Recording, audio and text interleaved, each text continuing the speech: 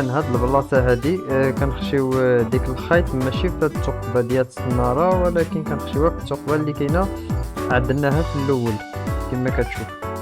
موراها كنجبدو من جوج جهات، من الجهة اللي دخلنا فيها الخيط ومن جهة أخرى.